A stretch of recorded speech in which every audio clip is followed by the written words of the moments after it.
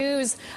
It was a painful Monday for many. Today, the market seems to be turning around a bit, but is the selling over? Our next guest says the market is nearing a correction. Here to tell us what she's seeing, what she's watching for, Mary Ann Bartels. She's head of technical analysis at Bank of America Securities-Merrill Lynch Research. Good morning to you, Mary Ann. Is that correction you're calling for? Did we get that yesterday, or should we brace ourselves here?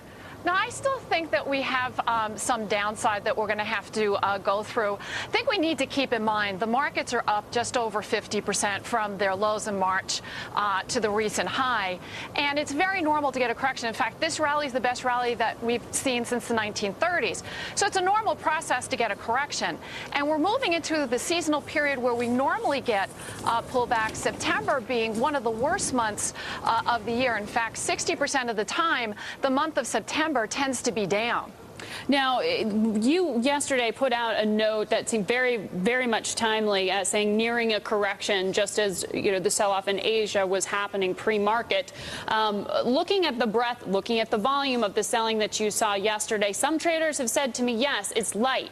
It's the summer. We're not seeing as much as activity because of that. But the volume has been building in the past few weeks.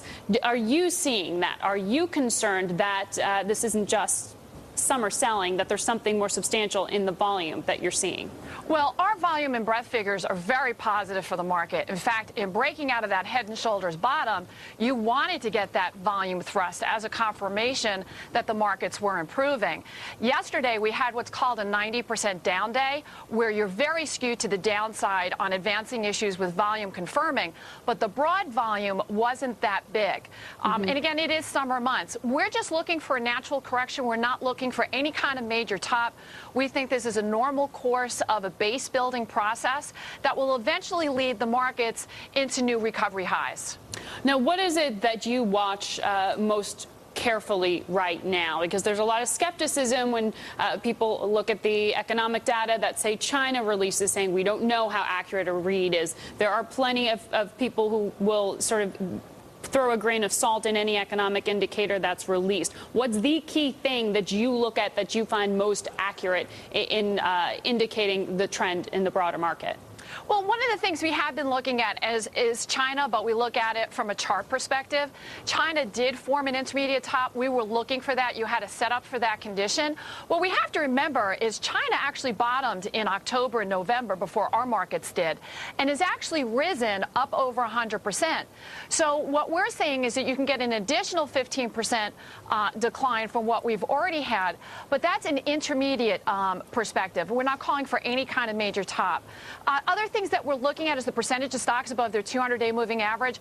We have readings we haven't seen since 2007. So we have a very overbought market.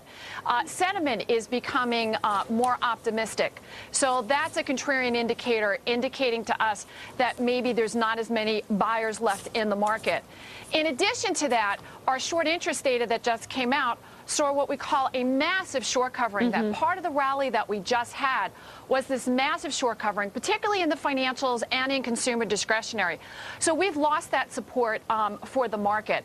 So what we're looking for is just a natural seasonal tendency for the markets to enter an intermediate correction.